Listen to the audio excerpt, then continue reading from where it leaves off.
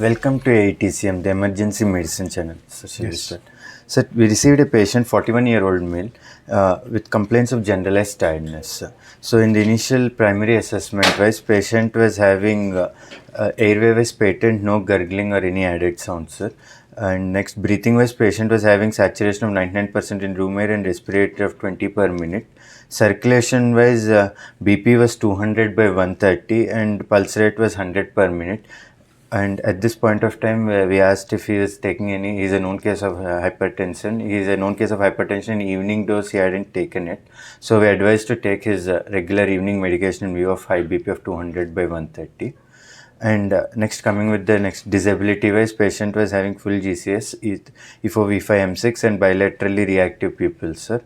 And then GRBS of 269 he is having, sir.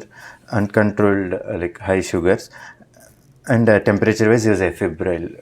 In the primary survey we have seen that the BP was high and GRBS was 269 higher side, sir. So we for the treatment part we had asked him to take his evening medication which was losartan 50 mg, sir. Apart from that, adjuncts to the primary survey, sir, the ABG showing was no acid-base disorder. pH was 7.39 and bicarb was 22 and PCO2 was 35, sir. Apart from this normal, the metabolite values in the ABG were showing lactate of 4.1 and bilirubin of 7.3, which is the abnormal values in the ABG, sir. And ECG wise, we had normal sinus rhythm, sir. Normal sinus rhythm, no LVH changes present.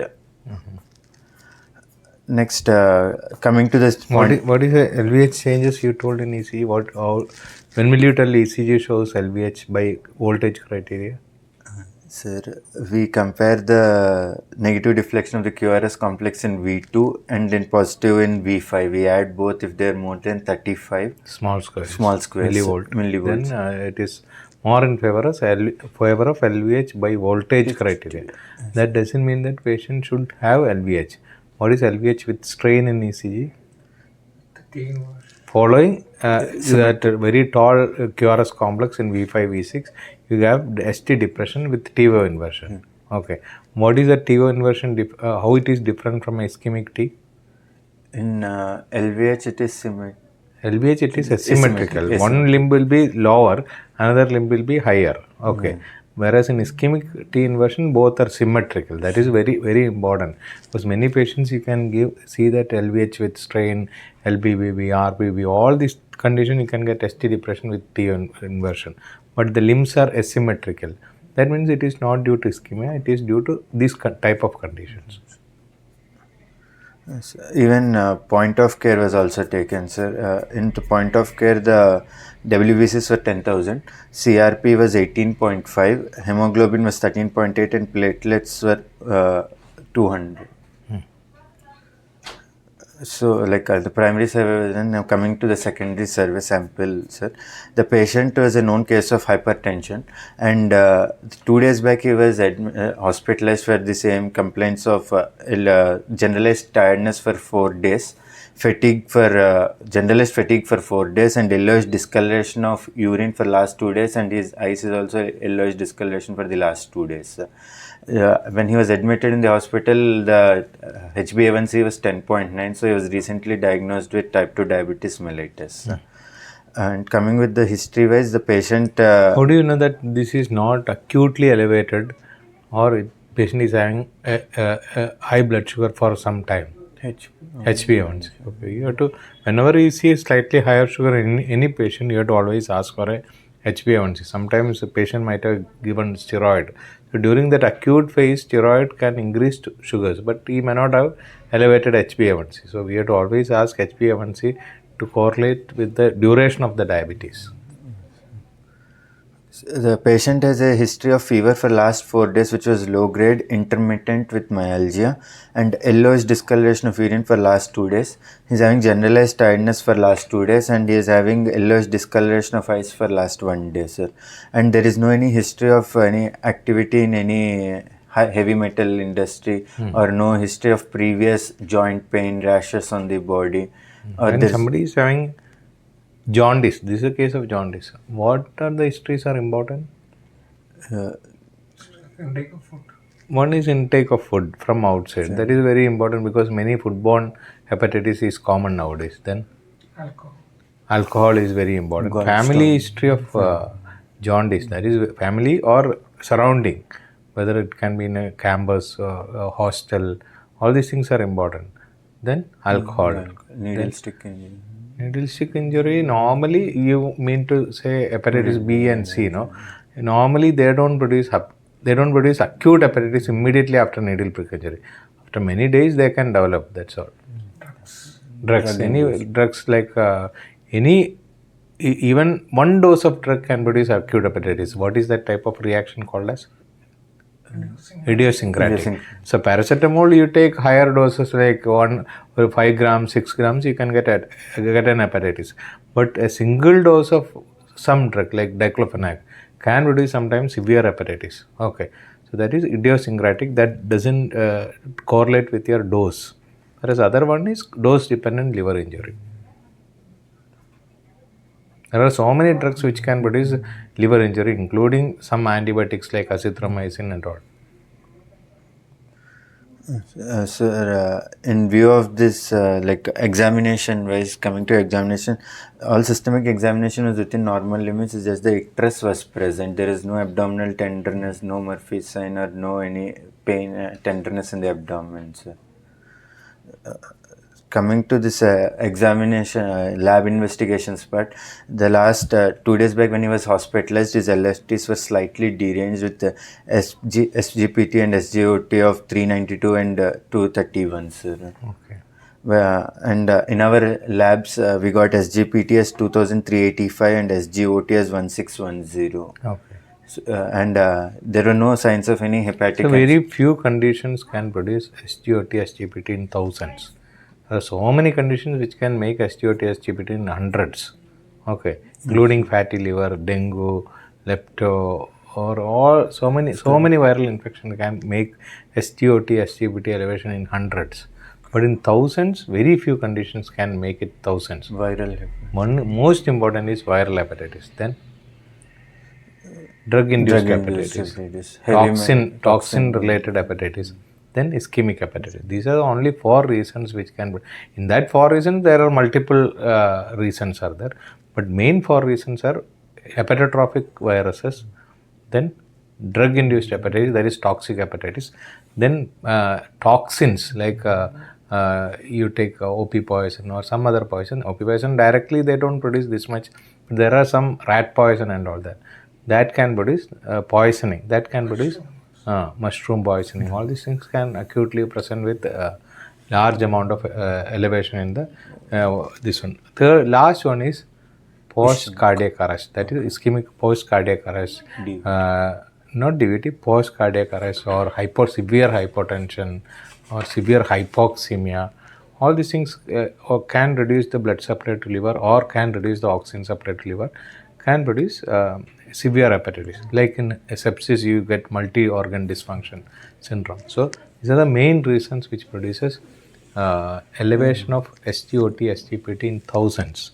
How do that differ from? How do all the other causes differ from alcoholic hepatitis?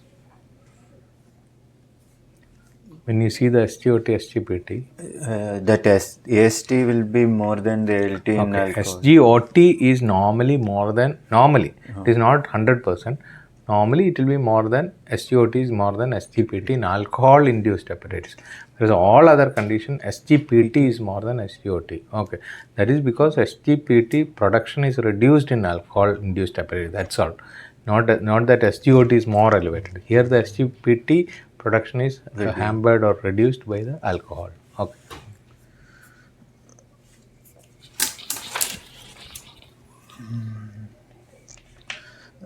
Next, this right now, like the further investigation wise. So you have a patient who is having weakness, excessive weakness. SGOT, SGPT is in thousands. What is the next investigation you do in this patient in emergency room? We are not asking So many investigations. We are asking very specific investigation. IN, PTINR. And second thing is you are going to ask PTINR. What is the alarming range of PTINR? INR. INR more than Alarming 2.5. range. What is alarming range? 6.5 more times. That is for liver transplantation. In a normal person, 1:1 is the normal ratio. If it is more than 1.5, that is an alarming ratio in a patient who is having normal liver. Previously healthy patient with a normal liver, if it is more than 1.5, INR more than 1.5, that is a alarming range. But somebody is already having chronic liver disease, that is not practical. So if it is more than 1.5, you have to be very careful. Okay, then Hepatic 6 is according to King's criteria. You can transplant the patient according to that PTINR value. That is only a last value. This is the first value. If it is elevated, you have to be very careful. We have to rule out acute liver failure as this in this condition, by ruling out if she's having any grade of hepatic encephalopathy. What is the definition of hepatic encephalopathy? Sorry, acute liver failure. Acute liver failure is deranged liver enzymes along with hepatic encephalopathy and coagulopathy. So three important features. One is elevation of the SGOT, SGPT, mostly in thousands, more than 1.5 INR. Third one is hepatic encephalopathy. What are the grades of hepatic encephalopathy? Clinical grades. Hepatic encephalopathy grade 1 is lethargy, altered sleep cycle. So that is the most important. Altered sleep cycle. Daytime patient will sleep, nighttime he will be awake and he will be agitated also. Okay. Second grade would be seeing that there are flaps. So second grade onwards, patient develops flapping tremor. So any patient whom you are seeing like this, the patient is having flapping tremor, he directly goes to second grade of hepatic. Third is altered mental status. So complete altered mental status. Fourth is coma. Okay. So what is the grade of this patient? No hepatic encephalopathy. Fully conscious oriented. No altered sleep rhythm, no flapping tremor. Okay. So he's a normal person. His liver enzymes are deregulated. So it's an acute liver disease or liver injury, but not in liver failure. Okay. What is the albumin value?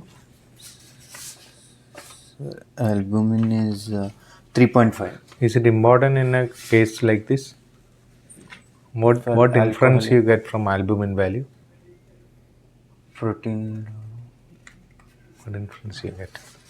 Anybody who is coming with elevation of SGOT, SGPT in thousands, you are seeing the albumin. One patient's albumin is only 2. Another patient's albumin is 3.5 or 4, like a normal person. What is the main difference? Liver reserve. Low albumin always indicates a chronic liver disease. Somebody can come with chronic liver disease with an acute problem. Acute on chronic liver disease, his albumin will be very low. Okay, because it's a chronic process. Albumin is also produced in liver. Yes. So liver is the main organ which produces albumin.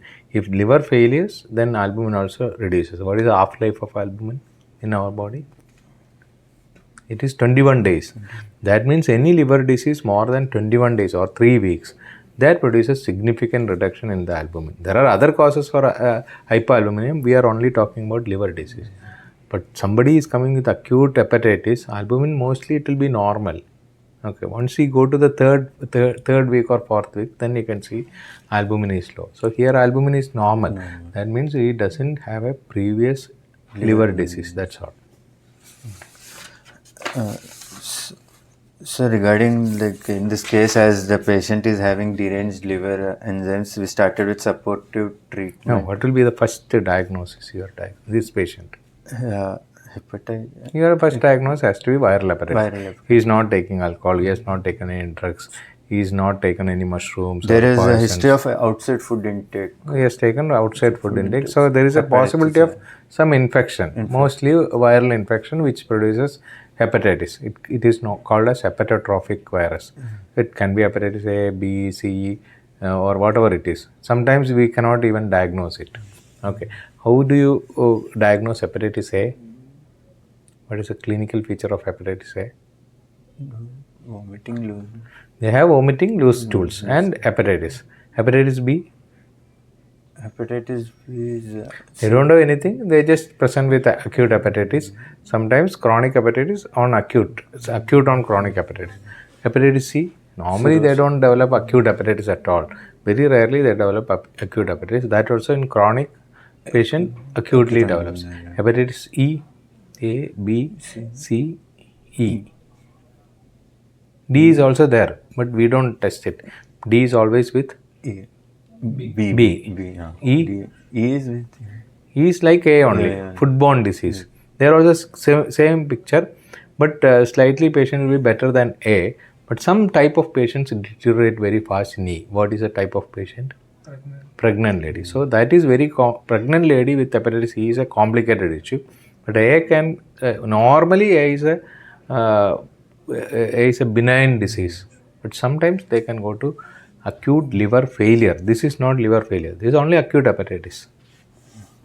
Rest other diagnoses like hemochromatosis, Wilson's disease, these also Okay. weird. They also can come, but mostly this patient is a young adult male. These diseases are not very common.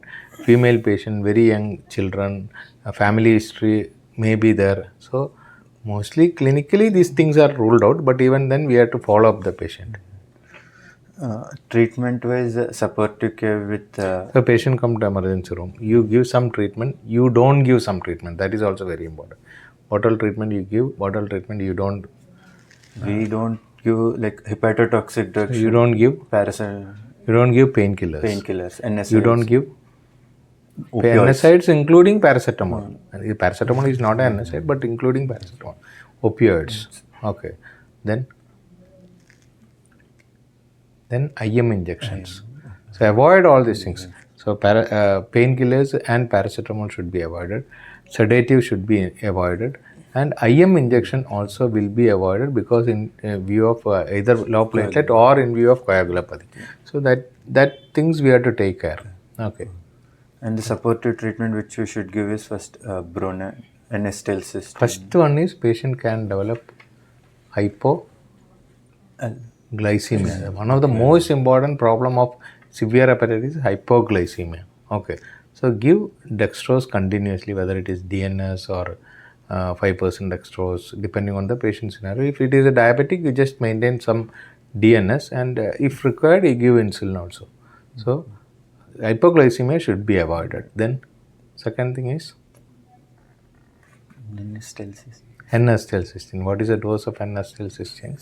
Initially, we give with the start dose of 600 mg per kg and then titrate it as per the 150 mg per kg for 16 hours. Okay. So that is a dose prescribed for paracetamol poisoning. Same thing you can use, or you can give 600 milligram TID. There is no guidelines given for other conditions of acute liver injury like paracetamol. Paracetamol dose is prescribed. That dose we can give. Other condition, either you can follow paracetamol dose or you can give 600 milligram TID. Okay. Then what else? So the basic things we have to do from emergency room. One There's is a PTNR to check with the PTNR we have already checked now. Yes, sir. You avoid some injections. Then you give dextrose and N-acetylcysteine. Third one. Ursodeoxycholic acid. That all not useful. They are only useful in obstructive jaundice. Then L-ornithine, L-aspartate. There is another drug which may be helpful in acute liver injury. That is also supportive therapy. Then you have to give preventive treatment for hepatic encephalopathy. That is the most important. All other things are supportive therapies, like your dextrose, N-acetylcysteine, L-ornithine, L-aspartate. All are supportive therapies in acute hepatitis. Nothing is required. Most of the patients will recover without any of your treatment. Okay. So hepatitis A, hepatitis C, all does not require any treatment. But you have to support. Then you have to avoid hepatic encephalopathy. How do you avoid? Lactose. Okay, so the patient should not develop constipation. That is the main issue. If the patient develops constipation, he will develop hepatic encephalopathy. So give lactose, give one gut sterilizer. What is a gut sterilizer? Rifaximin. Non-absorbable antibiotic is rifaximin. So you give 400 milligram TID rifaximin and lactose you give to produce adequate stool output, at least 2 to 3 loose stools per day. That has to be given. Okay. Then Branched chain amino Huh? acids. Branched chain amino acids. branch chain amino acids, if it is available, you can give. All these things are supportive therapy.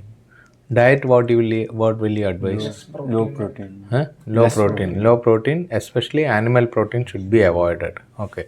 Then what special investigation you want in this patient? Special investigation like HbSAg, HbSAg, anti-HCV, anti-HIV, anti-HEV, HIV, then and anti-HAV. Okay, all these things has to be done. Dengue, leptospira has to be done. Toxic screen, if some patients will never tell that he has taken toxin. Okay, like somebody has taken rat poison, he never tell. Second day, third day, you can see STOT, STPT elevates. Okay, so toxic screen, if you have doubt, you have to always ask.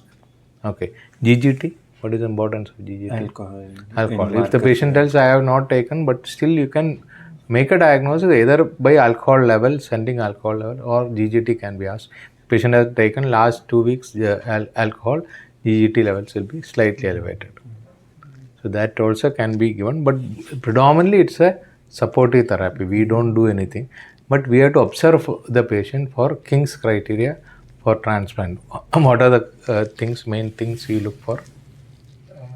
Paracetamol and Oh, both are different. Okay. So what are the basic investigation you looked at? creatine. Creatinine is very important. STOT, STPT, creatinine and Iron. PTINR, INR. These are the 3 important things. Why we are seeing creatinine? What is the relationship between liver injury and creatinine?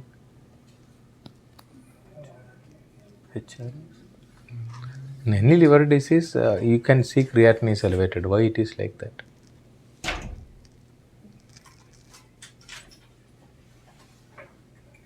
So there are multitude of problems which can produce kidney failure in liver disease.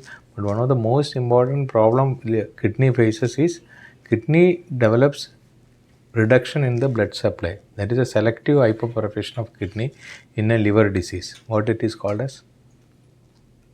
Hepatorenal syndrome. So normally it is not occurring in acute liver injuries. We mainly see in chronic liver disease. But when the liver fails, kidney will get selectively hypoperfused. So that is one of the reason for elevation in the creatinine. But patient who has taken rat poison or any other poison, multi-organ dysfunction syndrome like dengue, lepto, all these things, creatinine elevation is due to direct injury. But in a patient who is having liver injury, liver failure, ultimately that produces a reduction in the kidney perfusion, that is because of secondary aldosterone mechanism. Okay, so ultimately patient develops hypoperfusion of kidney. So that is a reversible type of renal failure. If the liver improves, kidney failure improves, or you transplant the liver, kidney failure improves. So it's a reversible cause. Okay, so but creatinine is one of the criteria in King's College criteria for transplant. That also we should remember. Okay, anything else? Okay, thank you.